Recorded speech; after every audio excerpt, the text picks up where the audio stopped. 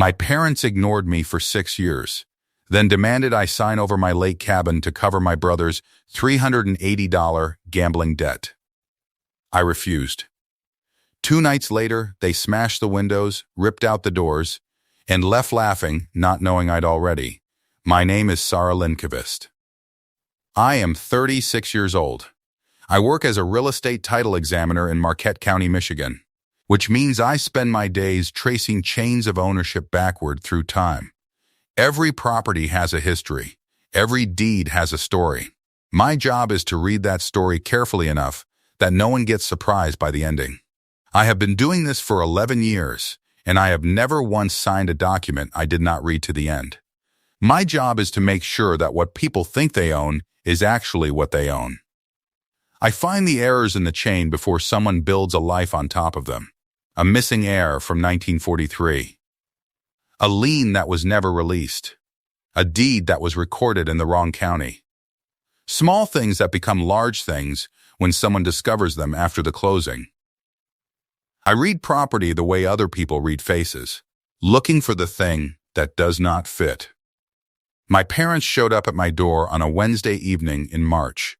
I had not seen them in 14 months, not since the previous Christmas, when I had driven 3 hours from Marquette to my parents' house in Traverse City and sat through dinner and driven 3 hours back the same night, because staying felt like agreeing to something I could not name. Frank Lindfist is 61. He is a retired shop foreman with a loud voice and the specific confidence of a man who has never been told no by anyone who mattered to him. Patrice Lindfist is 58. She handles the emotional scaffolding of whatever Frank decides, which is a full-time job and one she has been doing for 30 years. They stood in my doorway in their coats. My father said he needed to talk about Ryan. I said, "Come in." To understand what they were asking, you have to understand what Ryan had done. My brother Ryan is 34. He is 2 years younger than me and has been, for most of our adult lives, the member of the Lindfist family toward whom the family's collective attention moved. Not because he was cruel, not because he was charismatic in any particular way, but because Ryan consistently needed things, and the family had consistently provided them.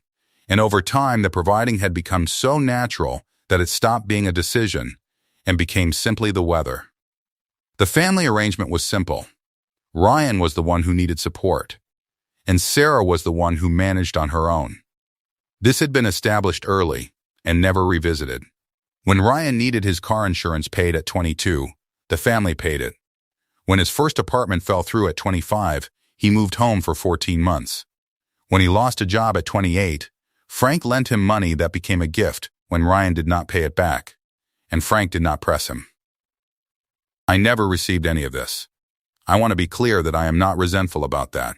I did not need it, but the pattern is worth understanding because it explains why, when Ryan accumulated $380,000 in gambling debt, the family's first instinct was to look for a family asset to liquidate, and the first asset they looked at was mine. The gambling had started in his late 20s, casinos first, then online. Then the kind of private arrangements that come after the casinos stop extending credit. The family mentioned it the way you mention a leaky faucet. Something to address eventually. It had been leaking for 6 years. 3 months before my parents arrived at my door, I had been in my kitchen making dinner when my phone rang. The call was from Tiffany, Ryan's girlfriend, and she had dialed my number by mistake. She was talking to someone on another line, her phone apparently in her bag, the microphone picking up her end of a conversation I was never meant to hear. She said, $380,000. That is what Ryan owes. $380,000. I stood at my stove with the phone to my ear and the burner on under a pot I had forgotten about. Then Tiffany's bag rustled, and the call ended. I set the phone down and turned off the burner and sat at the kitchen table. $380,000. The figure settled into the room with the specific weight of a number that has stopped being abstract. I am a title examiner. I know what $380,000 of gambling debt means to a family that believes it has a lakefront property to offer as collateral. I had understood, sitting at that kitchen table, exactly what was coming. $380,000. I am a title examiner. I trace chains of ownership for a living. I know what it means when a family has a property asset and a family member with a large, uncollectible debt. I know the sequence, the conversations that happen first, then the suggestions, then the pressure, then the demand. I had watched it happen to other families in other contexts. I had seen the paperwork that resulted from it.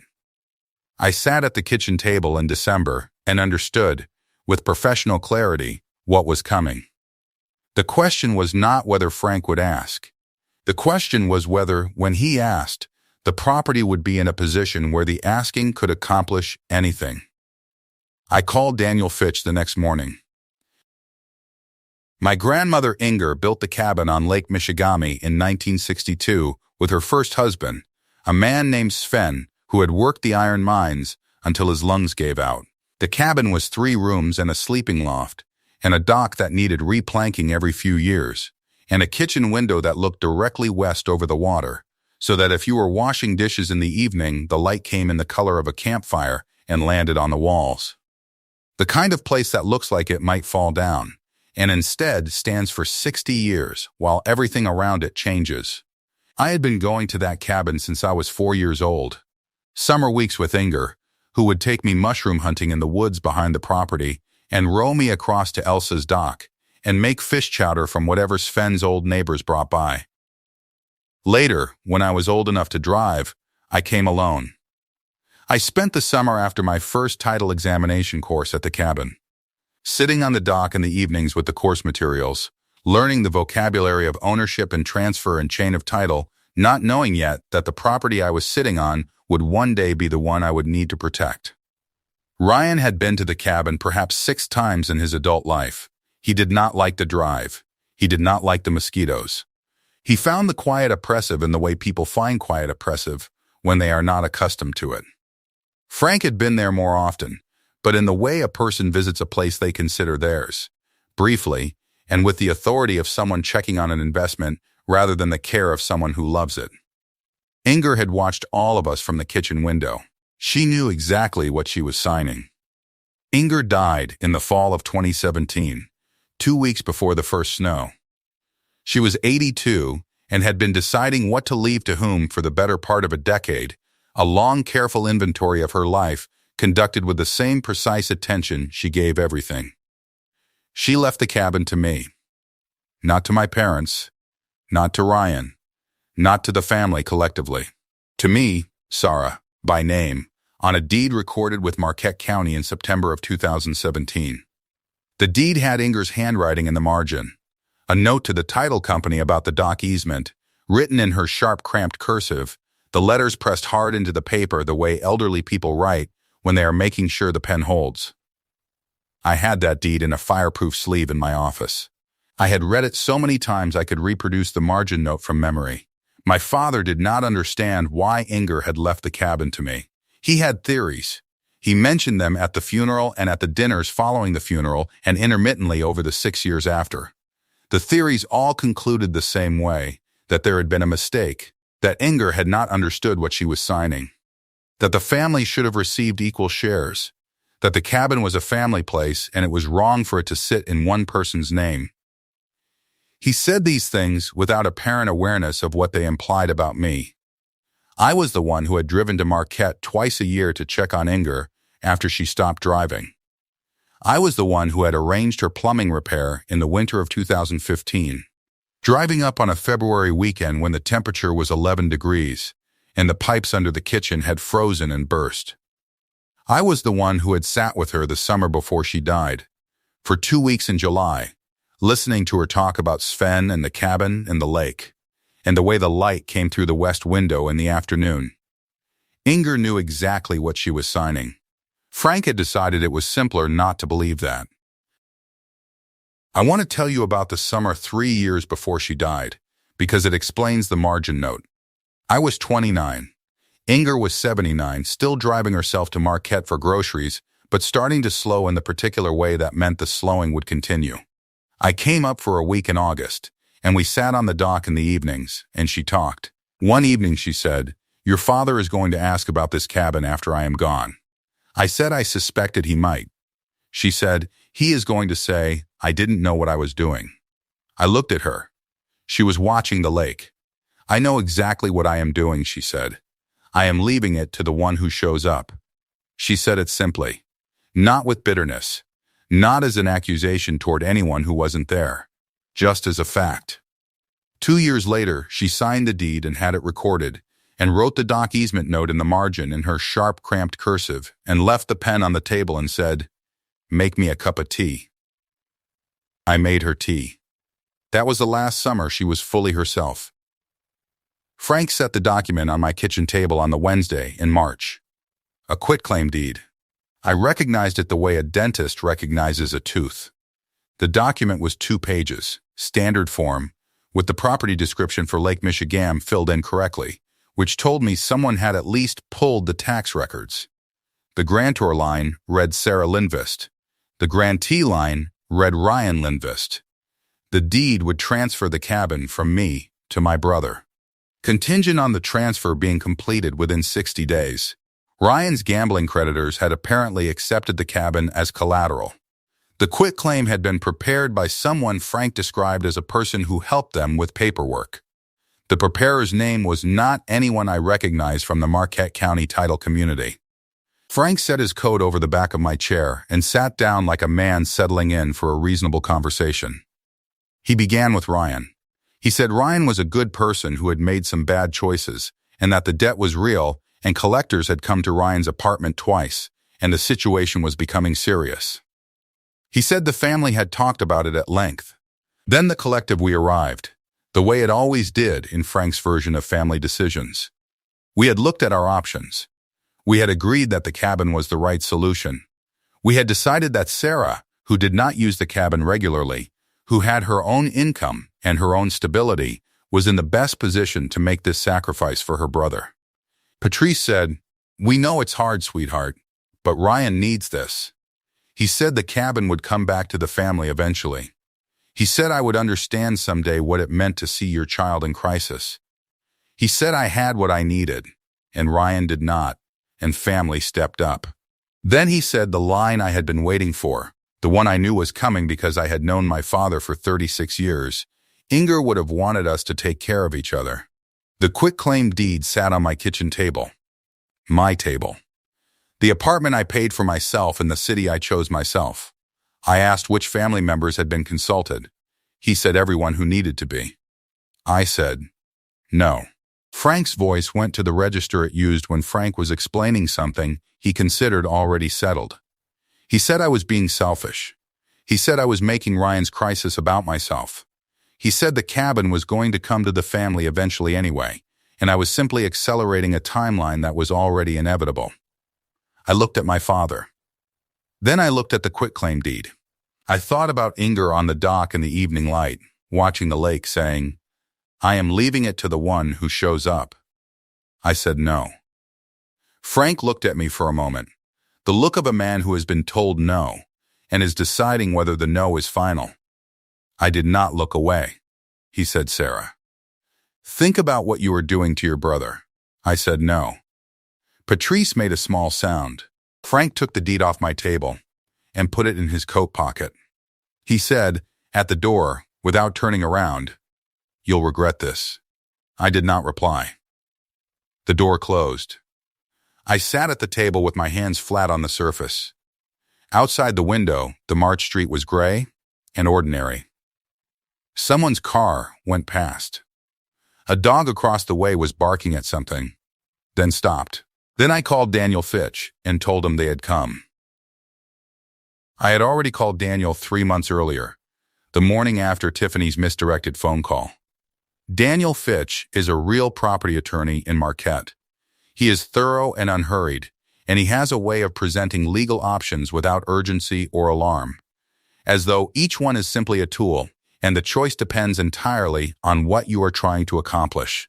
That quality was what I needed the morning I sat at my kitchen table and told him I had heard a figure of $380,000 from a conversation I was not meant to be part of. He listened to the whole thing. Then he asked what I was worried about.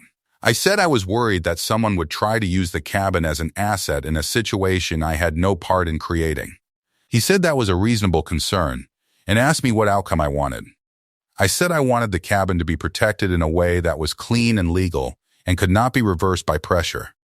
He said there were several ways to do that. Then he went through them. I was a title examiner. I understood what he was describing at the level of the documents, not just the concept. We were not two people where one was explaining something to the other. We were two professionals looking at options and selecting the one that fit. The cabin was already in my name. Clean, no liens, no encumbrances, a clear recorded deed from Inger's estate in 2017. The transfer into a revocable living trust would be straightforward. I would remain the trustee and lifetime beneficiary. The charitable remainder clause would designate a land conservation organization as the ultimate beneficiary. The trust would be recorded with the county. It would appear in any title search conducted on the property. Any attorney preparing a document that assumed the cabin was in my personal name would find the trust in their title search and know immediately that the document was incorrect. Any title examiner would find it in 4 minutes. I said, let's do it. I signed the trust instrument on January 8th. Agnes Kowalski recorded it with the Marquette County Register of Deeds on January 14th. I have the stamped copy in the fireproof sleeve next to Inger's original deed. The trust had been in place for 6 weeks.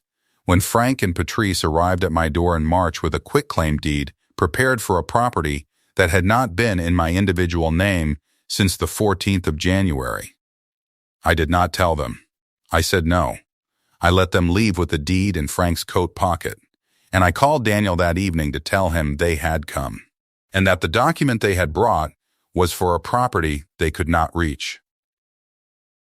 2 nights after they left my apartment, Elsa Rudd called me at 11:40 p.m. Elsa is 63 and has lived across Lake Michigamme from my cabin for 22 years.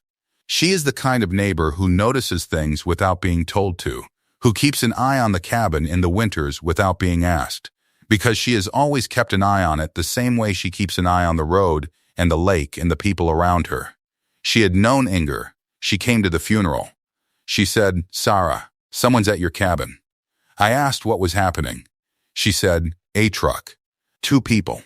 They've got something. A tool of some kind. Sara, they're breaking the windows." I stayed on the phone with Elsa for 47 minutes. She described it in real time, quietly, the way a person describes something they are watching from across water.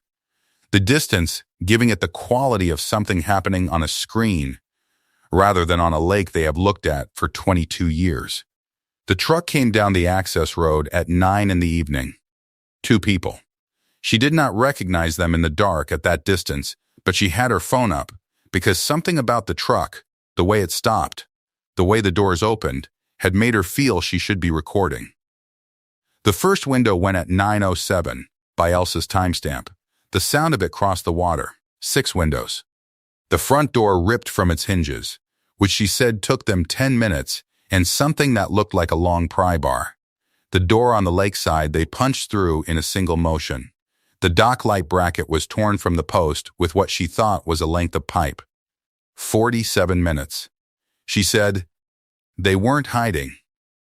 Sara, they were doing this in the open. The truck lights were on. They knew nobody was there." Then she said the sentence I have thought about every day since. They were laughing when they left. Not talking. Laughing. Walking back to the truck, putting the tools in the bed, laughing as they got in and back down the access road and drove away. Elsa said, "I have 47 photographs. I have video of the truck. I have the whole thing. I'm sending it to you right now." I thanked her. I sat in my apartment in Marquette at midnight with the phone in my hand.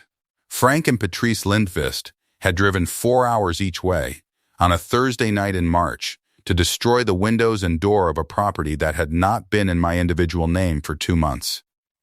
The cabin was trust property, recorded with the county, a matter of public record. They had vandalized a charitable remainder trust. and they had left laughing. In the morning, I drove to the cabin. The access road was muddy from the previous night's rain, the tire tracks from the truck still visible where it had turned around at the end of the gravel. I parked and sat in the car for a moment before getting out, looking at the cabin through the windshield. I had looked at this cabin through this same stretch of windshield my entire adult life. Every summer. Some winters.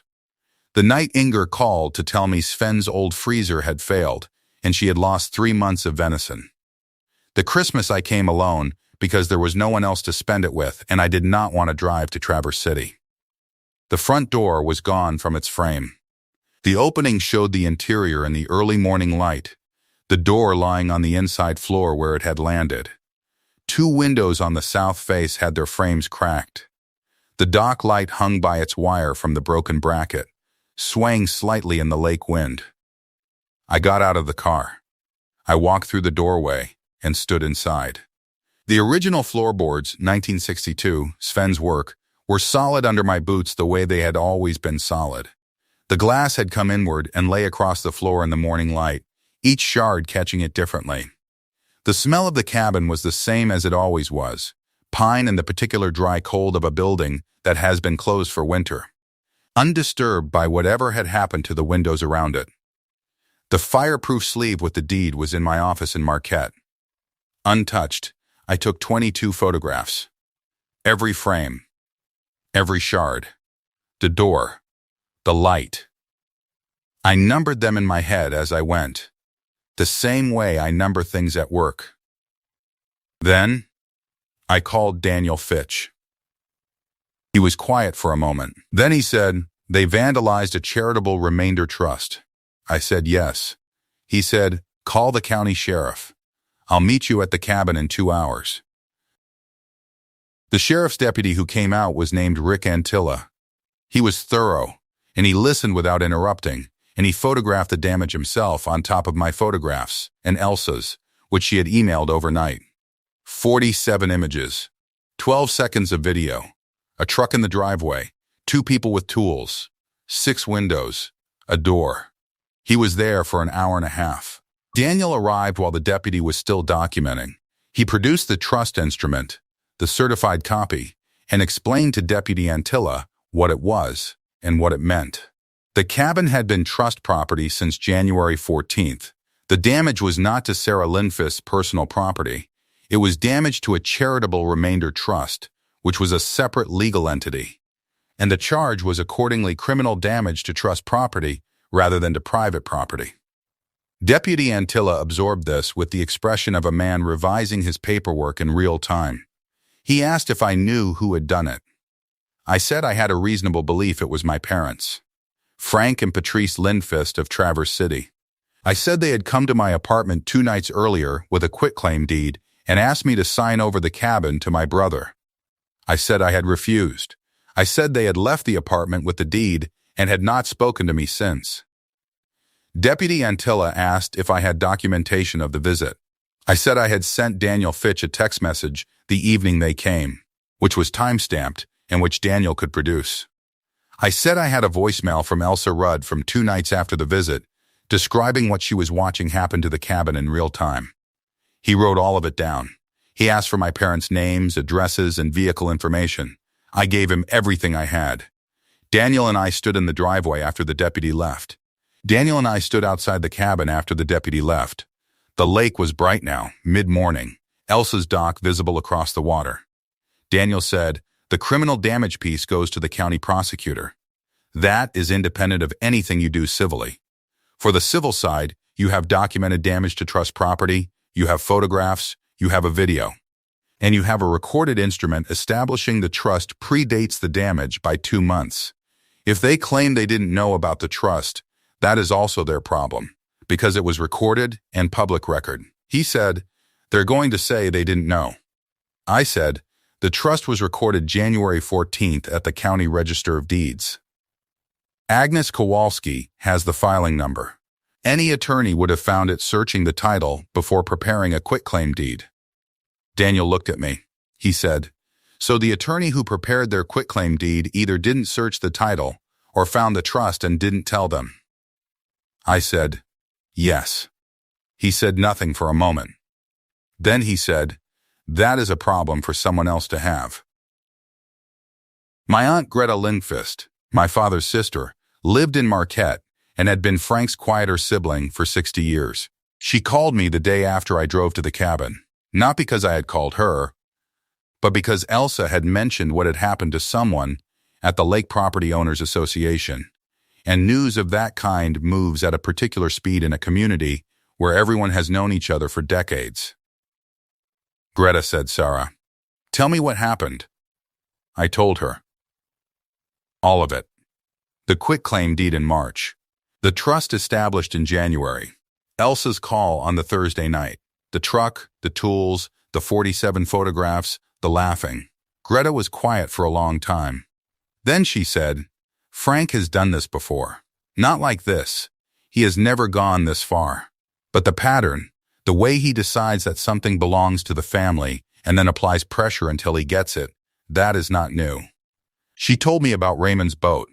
Raymond was their younger brother, who had died in 2009. Frank had borrowed the boat when Raymond was in the hospital and had not returned it when Raymond came home. When Raymond asked, Frank said the boat was going to waste at Raymond's dock and he was getting more use from it. Raymond had not pushed the issue, and the boat had stayed at Frank's marina slip until it was sold at Frank's convenience. She told me about the Cedar Street house, which had belonged to their parents, and which Frank had sold while their mother was in memory care without consulting Greta, on the grounds that he was handling the parents' affairs. She said, "He has always believed that what the family has is available to him. The difference this time is that you said no." She told me she wanted to be there for whatever came next. 3 weeks later, Greta arrived at my cousin's house with the posture of a woman who has made a decision. She had not told Frank she was coming. She sat next to me at the table, and that was the whole statement. The gathering happened because Frank called it. He called it the way he called everything, through Patrice, through the family channels, framed as a conversation about resolving a difficult situation. The message Patrice sent, by text to the family group, said that the family needed to come together over a difficult few weeks, and that Frank wanted a chance to talk. She used the word together 3 times in 4 sentences. Frank had called it because he believed the vandalism had worked. I want to be clear about this. He did not believe he had committed a crime.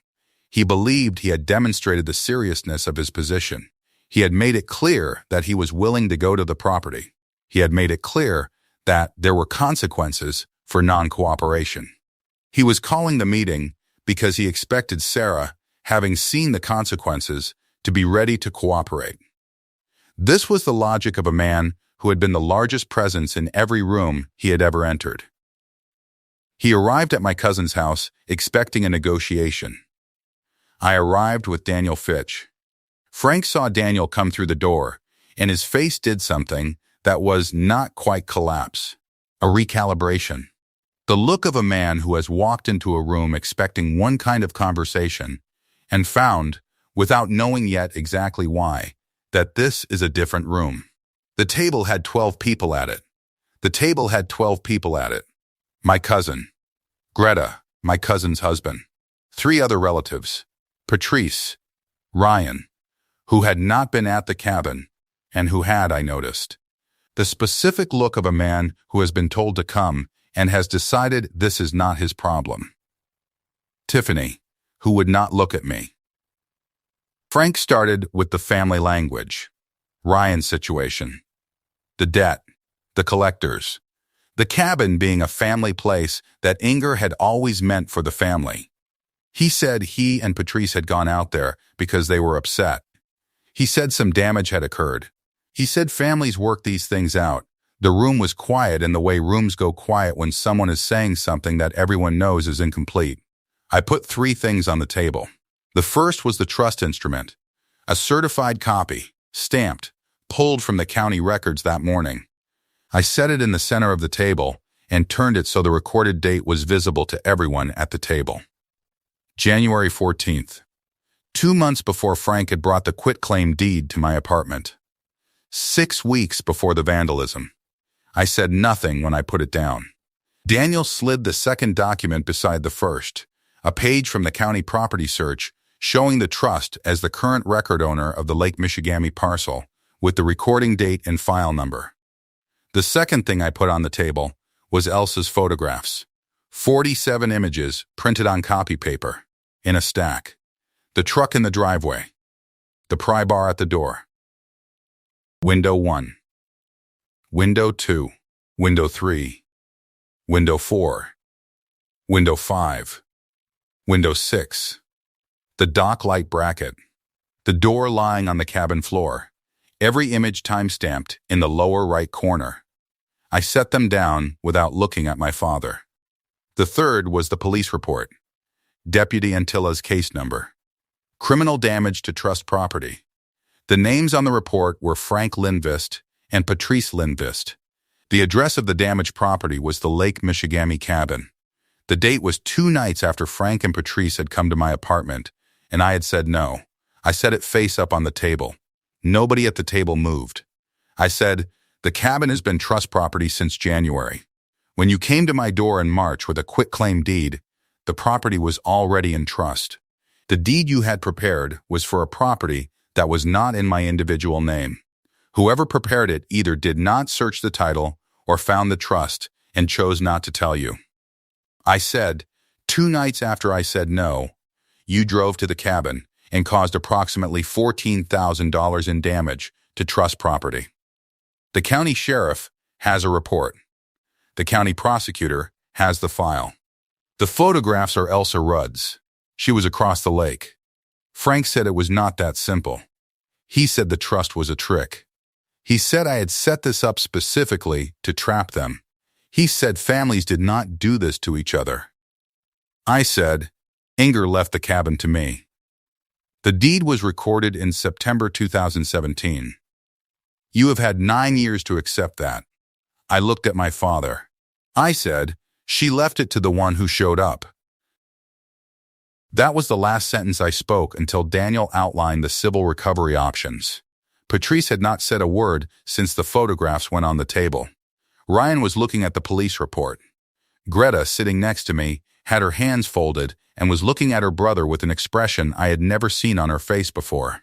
Not anger, not sympathy, something older than both.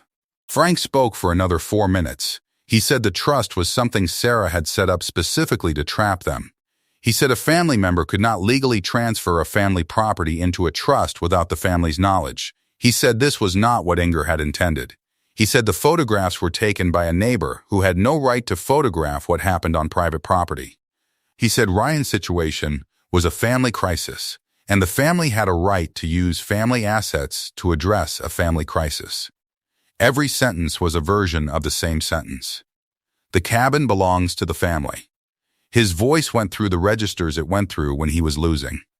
Loud first, then quieter, then the specific quiet of a man who has run out of argument and is looking for somewhere to put the fact of that. He said, at the end, the thing that told me he finally understood. He said, I didn't know about the trust. I said, it was recorded. It was public record. Anyone searching the title would have found it in 4 minutes. He sat down. 4 things happened in the months after the family gathering, and I want to tell you each one as it was. The first was the criminal charge. The county prosecutor charged both Frank and Patrice with criminal damage to trust property, a felony in Michigan when assessed damage exceeds $1,000. The cabin damage was assessed at $14,300. Frank hired an attorney. That attorney's first call went to Daniel Fitch. They negotiated for 6 weeks. The arrangement reached 4 months after the gathering, $14,300 in restitution, paid to the Sara Lindvist Revocable Living Trust. 18 months of probation. No prison time. But a felony plea, on the record of a man who had always, in his own accounting, been the reasonable one. The man who gave the speeches about family. The man who said family shows up. The man who went to the cabin with a pry bar and left laughing. The restitution check arrived by mail. $14,300. No note. Just a check from Frank Lindvis' account made out to the trust. Paper clipped to a remittance slip. The check cleared. The money went into the trust. The cabin was repaired. The second was Ryan. He had not been charged with anything because Ryan had not been there. He called me 2 months after the gathering from a number I did not recognize. He said he was sorry. He said he had not known they were going to do that. He said the words "I'm sorry" the way people say them when they are not sure they have earned the right, quickly and without much detail. I listened to the full message. Then I saved it in a folder on my phone and did not call back. The third was Greta. She came to the cabin in June, when the new windows were in and the door was rehung and the dock light was back on its bracket. She brought a casserole in a dish that had been Inger's. She set it on the counter, and we ate on the dock watching the evening come across the lake. She told me the whole story about Raymond's boat and the Cedar Street house. The pattern.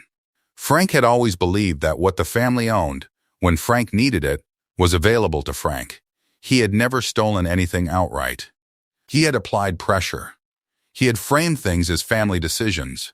He had made it seem unreasonable to say no. Greta said, "Inger knew. She gave the cabin to you because you were the one who came, but also because she knew you were the one who would hold it." The light went gold, and we went inside. The fourth was the cabin itself. In August, I drove up on a Friday after work, the same drive I had been making for 20 years. The highway north out of Marquette, turning to 2-lane, where the trees get denser, and the lake starts appearing through the gaps, first as light and then as water. The turnoff onto the access road, the gravel, the way the cabin comes into view at the end of the trees. I parked and sat in the car for a moment, not because I needed to prepare for anything, because this was still the thing I did when I arrived here, and I was glad that was still true. The dock was solid. The new windows matched the original frames as closely as the contractor could manage. The glass was different, newer, but the frames were right. The dock light was back on its bracket. I walked inside. The original 1962 floorboards were under my boots. The afternoon light came through the west window at the angle that hits them and makes them glow in that particular amber that I had been looking at my whole life without naming. Inger had stood in the same spot and watched the same light land the same way. Elsa was on her dock across the water. She waved. I waved back. The cabin is mine.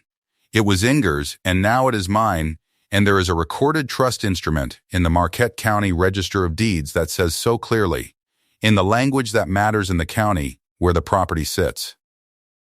Frank and Patrice are in Traverse City on probation. Ryan is working on something. I do not know what. I have not called to ask. Greta came back in September, and we went mushroom hunting in the woods behind the cabin, the way Inger used to take us when we were children. The same woods, the same paths. Greta knows the mushrooms as well as Inger did.